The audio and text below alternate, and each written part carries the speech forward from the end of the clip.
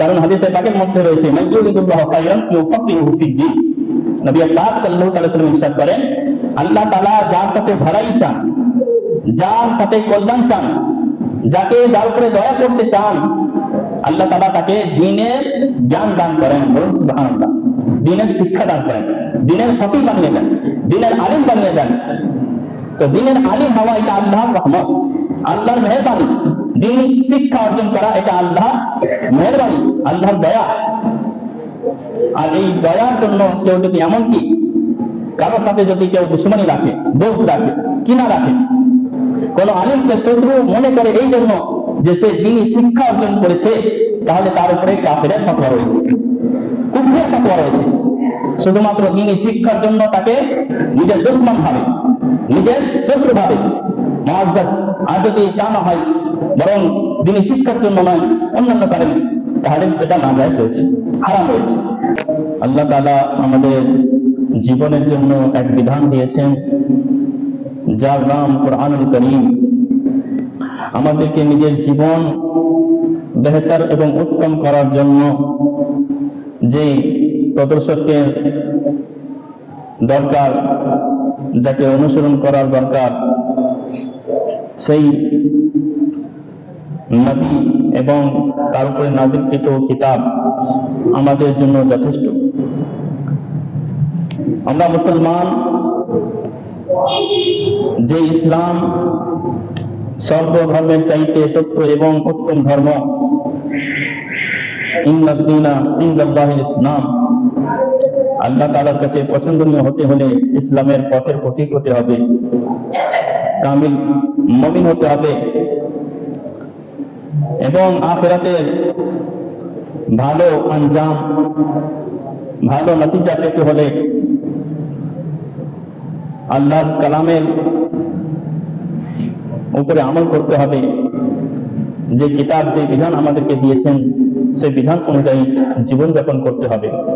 মুআজ্জাজ ইসলামের তর তরিকা আমাদের অনেক কোরআন এবং হাদিসের মধ্যে উল্লেখ করা হয়েছে, কোনটাকে বাদ দেওয়া হয়নি। বাচ্চা জন্ম হওয়া থেকে মৃত্যুর আগে পর্যন্ত, যখন বাচ্চা জন্মগ্রহণ করে, তার কানে আল্লাহর নাম শোনাবার জন্য আযান দেওয়া হয়। এই মুস্তাহাব কাজ থেকে শুরু করে বালিগ হবার পরে নামাজ ফরজ, যাকাত ফরজ, হুকুকুল্লাহ, হুকুকুল ইবাদ, একের পর এক তার উপরে দায়িত্ব চেপে থাকে, দায়িত্ব আসতে থাকে, এবং তাকে আল্লাহ তাআলা তৌফিক দান করেন, শক্তিশালী হয়ে ওঠে। যে বিধান দিয়েছেন সেই বিধানের উপরে আমল করার শক্তিও তাকে দিয়ে থাকে। এমনকি যখন মৃত্যু হয়ে যায়, তো কাফনে তাকে কাফনিয়ে দাফন করা হয়। তো এই সমস্ত যাবতীয় তরিকা, নিয়মাবলী আল্লাহ এবং তার রাসূল আমাদেরকে শিখিয়ে দিয়েছেন, জানিয়ে দিয়েছেন। এবং এই জীবনের মধ্যে ইবাদত, যেটা গুরুত্বপূর্ণ কাজ, যার জন্য আমাদেরকে তৈরি করা হয়েছে, সেই ইবাদতে আমাদেরকে মগ্ন হয়ে থাকতে হবে, ব্যস্ত হয়ে থাকতে হবে। ইবাদত প্রত্যেকটা এমন কাজ, যে কাজে আল্লাহর নৈকট্য পাওয়া যায়, যে কাজে আল্লাহর খুশি পাওয়া যায়, আল্লাহর তাকাব্বুর পাওয়া যায়, সেই কাজটাই হচ্ছে ইবাদত। মুআজ্জাজ, তো আমাদের বাড়ি থেকে বের হয়ে মসজিদে আসা, এটাও ইবাদত। আমাদের কোন গরিবকে কাপড় পরিধান করিয়ে দেওয়া, এটাও ইবাদত। বাবা মায়ের শরীয়ত অনুযায়ী খিদমত করা, তাদের উপদেশ মেনে চলা, এটাও ইবাদত। এক কথায় আমরা আল্লাহ এবং তার রাসূলকে স্মরণ করে তাদের ভালোবাসাতে যেই কাজ করি না কেন, সেটাই ইবাদত। তার মধ্যে 12টি মাসের মধ্যে একটি মাস আমাদেরকে আল্লাহ তাআলা রমাদানুল মুবারক দিয়েছেন।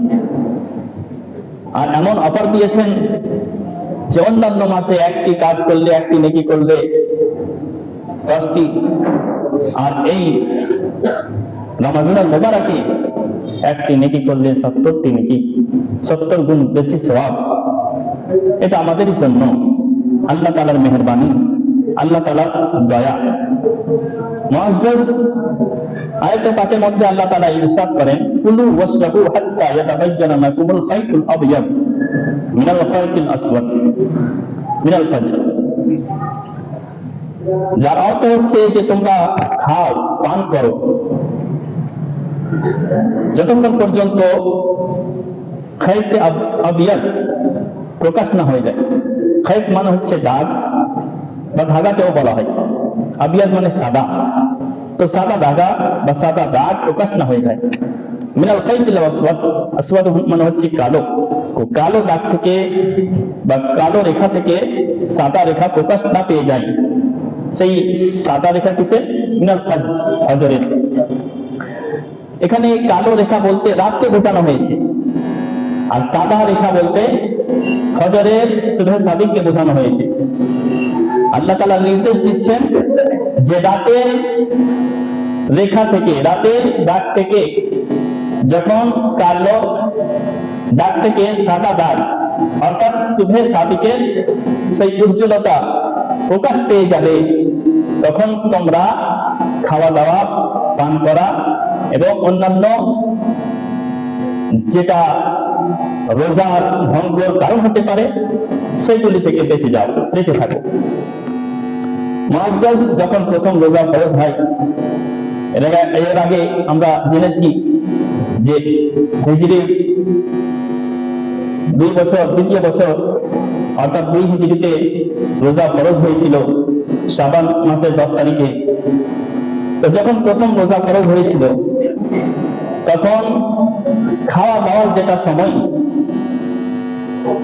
পান করার যেটা সময় বা স্ত্রীর সাথে থাকার যেটা সময়, সেটা কিন্তু খুব কম ছিল।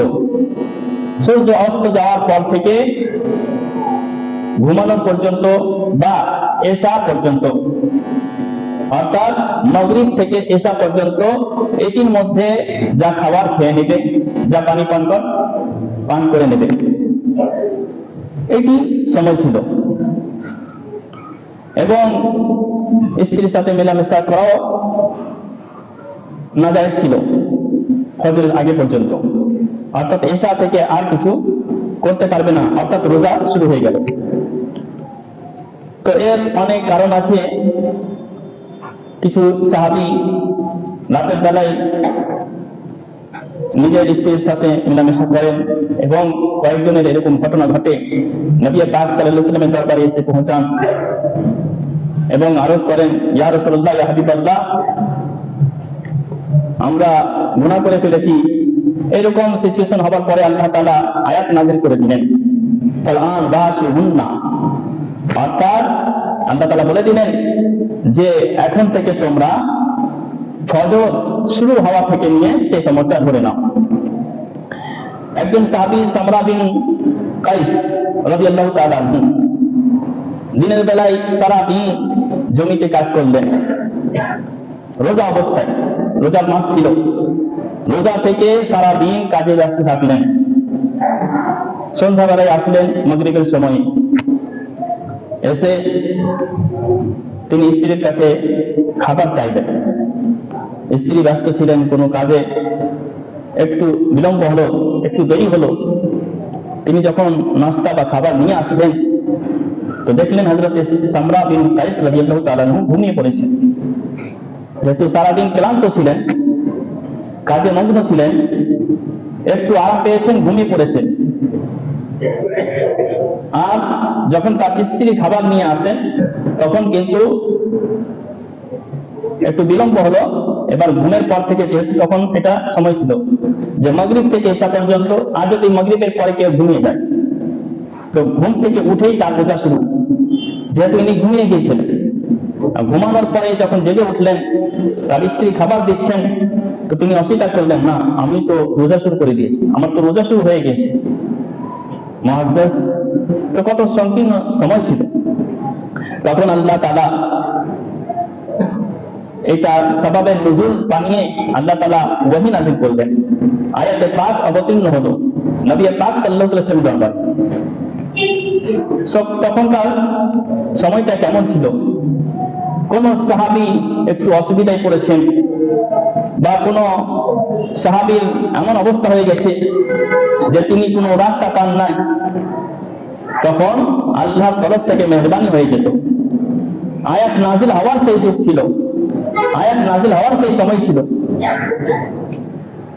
এমনকি কোন মুনাফিক যদি মুনাফিকাত করতো, রাসূল পাক সাল্লাল্লাহু আলাইহি ওয়াসাল্লামকে আযিয়াত দেওয়ার এবং মুসলমানকে ধোঁকা দেওয়ার চেষ্টা করতো, তো সেই সময় আল্লাহ তাআলা আয়াত নাজিল করে দিতেন এবং তাদের মুখোশকে খুলে দিতেন। হযরত সামরা বিন কায়েস রাদিয়াল্লাহু তাআলা আনহুর জন্য আয়াত নাজিল হয়ে গেল। সেই আয়াত হচ্ছে এই আয়াত, ওয়া কুলু ওয়াশরাবু হাত্তা ইয়াতাবায়্যানা লাকুমুল খায়তুল আবয়াদু মিনাল খায়তিল আসওয়াদি মিনাল ফাজর সুম্মা আতিম্মু সিয়ামা ইলাল লাইল। অর্থাৎ তোমরা এবার খাওয়া দাওয়া করো, পান করো সাদা রেখা প্রকাশ হওয়া পর্যন্ত, যখন কালো রেখা শেষ হয়ে যাবে, অর্থাৎ রাত শেষ হওয়া পর্যন্ত তোমরা এবার খাওয়া দাওয়া করো। তো আল্লাহ তাআলা কত মেহেরবানি করলো। এটা সাহাবায়ে কেরামের ফায়জানও বলতে পারি যে একদম সাহাবীর জন্য আমরা এত বড় অফার পেয়ে গেলাম। আগে ছিল মাগরিব থেকে এশা পর্যন্ত সময়, কিন্তু এখন আমরা মাগরিব থেকে ফজর পর্যন্ত সময় পেয়ে গেছি। বলুন আলহামদুলিল্লাহ রাব্বিল আলামিন। তো সাহাবীর ফায়জান, এই জন্য নারাও লাগা হয় হাল সাহাবী এ নবী জান্নাতি জান্নাতি। এটা তো একটা উদাহরণ, একটা মিসাল। এরকম অনেক মিসাল রয়েছে, অনেক উদাহরণ রয়েছে যার জন্য আয়াত নাযিল হয়েছে, এবং আমাদের জন্য হয়তো সেটা কঠিন থাকতো, কঠিন হতো, কিন্তু আমাদের জন্য সাহাবায়ে কেরামের বদৌলতে, তাদের ফায়জানে, তাদের বরকতে আমাদের জন্য আসান হয়ে গেছে, সহজ হয়ে গেছে। যেমন কি আমরা এখন দেখলাম হযরত সামরা বিন কায়েস রাদিয়াল্লাহু তাআলা আনহুর বরকত। তো তখন আয়াত নাযিল হয়ে গেল এবং আজ পর্যন্ত সেই রুটিনই রয়েছে যে ফজর থেকে নিয়ে রাত পর্যন্ত আমাদের রোজা থাকতে হয়, এশা থেকে নয়। মুআজ্জাজ, রোজা থাকা অবস্থায় অনেকেরই ঘটনা ঘটতে থাকে, রোজা ভাঙার কারণও হয়ে থাকে। আবার কোন সময় এমন হয় যে বোঝা যায় না রোজা থাকলো কি হয় না, এরকম অনেক মাসাইল রয়েছে, মসলা রয়েছে। আমরা তো দ্বীনি শিক্ষা থেকে দুনিয়াবী শিক্ষাটা বেশি প্রয়োজন মনে করি এবং তাতে বেশি মনোযোগ দিই, আর এই জন্য আমরা দ্বীনি শিক্ষা থেকে অনেক পিছিয়ে থাকি। তবুও আল্লাহ তাআলার মেহেরবানিতে যার উপরে দয়া হয়, যার উপরে মেহেরবানি হয়, সে অবশ্যই আল্লাহ তাআলা তাকে দ্বীনি শিক্ষা দিয়ে থাকেন। আল্লাহ তাআলা মেহেরবানি করে থাকেন, কারণ হাদিসে পাকের মধ্যে রয়েছে মান ইউরিদুল্লাহু খায়রান ইউফাক্কিহু ফিদ্দীন।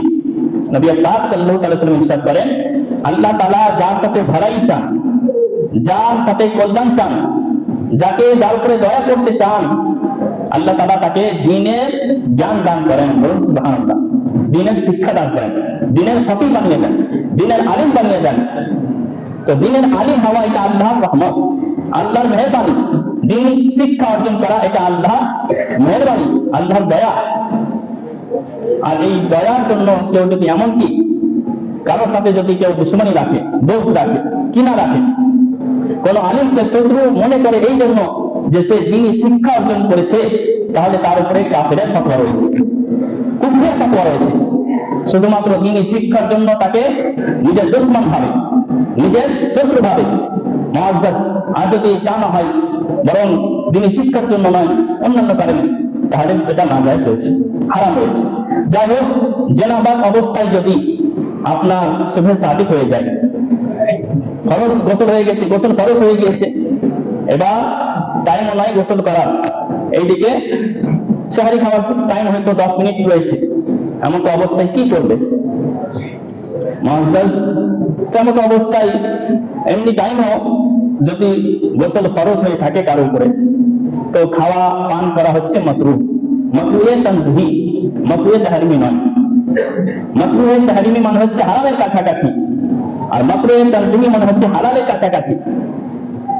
মাকরুহে তাহরিমি থেকে সেই রকমই বাঁচতে হবে যেরকম হারাম থেকে বাঁচতে হয়, আর মাকরুহে তানজিহি থেকে সেরকম বাঁচতে হবে যেটা একটা অপছন্দনীয় বা না করাটাই বেটার হয়। তো মাকরুহে তানজিহি হয় যদি তারপরে গোসল ফরজ হয়ে থাকে, আদার্স টাইমও, যে কোনো টাইম যদি সেই অবস্থায় খাওয়া বা পান করা হয়ে গেল, তাহলে মাকরুহ তানজিহি হলো, অপছন্দনীয় কাজ হলো। কিন্তু তাতে কোনো সেরকম গুনাহ হবে না। হ্যাঁ, অভ্যাস বানিয়ে নিলে এর গুনাহের আশঙ্কা আছে। এবার রমজান মুবারকে যদি কারো উপরে ফরজ গোসল হয়ে থাকে, সেহরির টাইম হয়ে গেছে, তো কি করবে? তো এটা সবসময়ের জন্য যখনই কারো উপর গোসল ফরজ হয়ে থাকে, যদি খাওয়ার বা পান করার প্রয়োজন থাকে, তাহলে উযু বানিয়ে নিবে। উযু বানিয়ে যদি খাবার খাওয়া হয় বা পান করা হয়, তাহলে আর মাকরুহ তানজিহও থাকে না। তার জন্য এমনি স্বাভাবিক ভাবে যেটা জায়েজ, সেটা জায়েজ হয়ে যায়, মুবাহ হয়ে যায়, মানে কারাহাত আর থাকে না। যদি উযুটা করে নেয়, আর যদি উযু না করে এমনি খেয়ে নেই, তবুও গুনাহগার তো হবে না, তবে সেটা অপছন্দ। হ্যাঁ, যদি অভ্যাস বানিয়ে নেয় সেটা কিন্তু গুনাহ হবে। তো রোজার মাসে যদি এরকম ফরজ গোসল হয়ে থাকে, এবার টাইম আপনার সব উযু করে খাবার খেয়ে নিন, সেহরি করে নিন। সেহরির যেটা সুন্নাত সেটা সব পেয়ে যাবে। সেহরি খাওয়া হচ্ছে সুন্নাত, কোন কিতাবে মুস্তাহাব বলা হয়েছে, তো সেহরি খাওয়া সুন্নাত।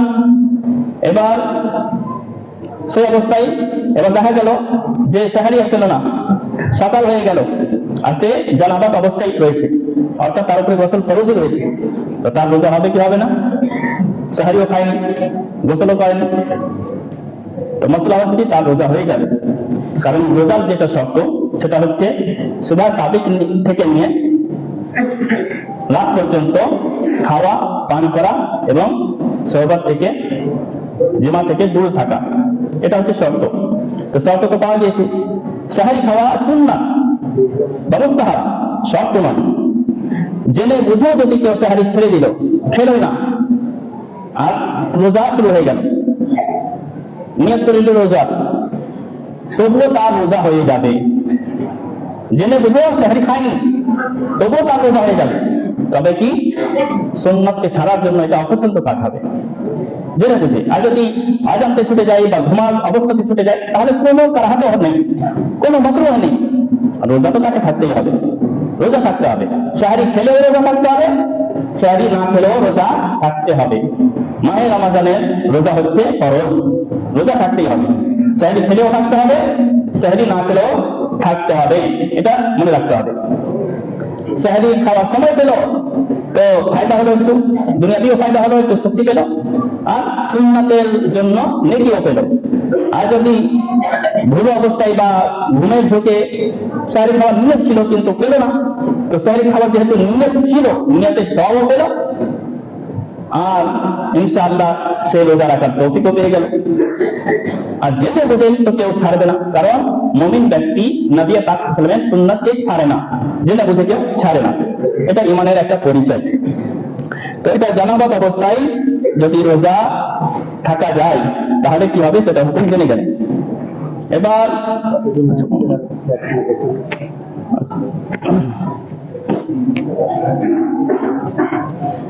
স্বপ্নদোষ যদি হয়ে যায় রোজা অবস্থায়,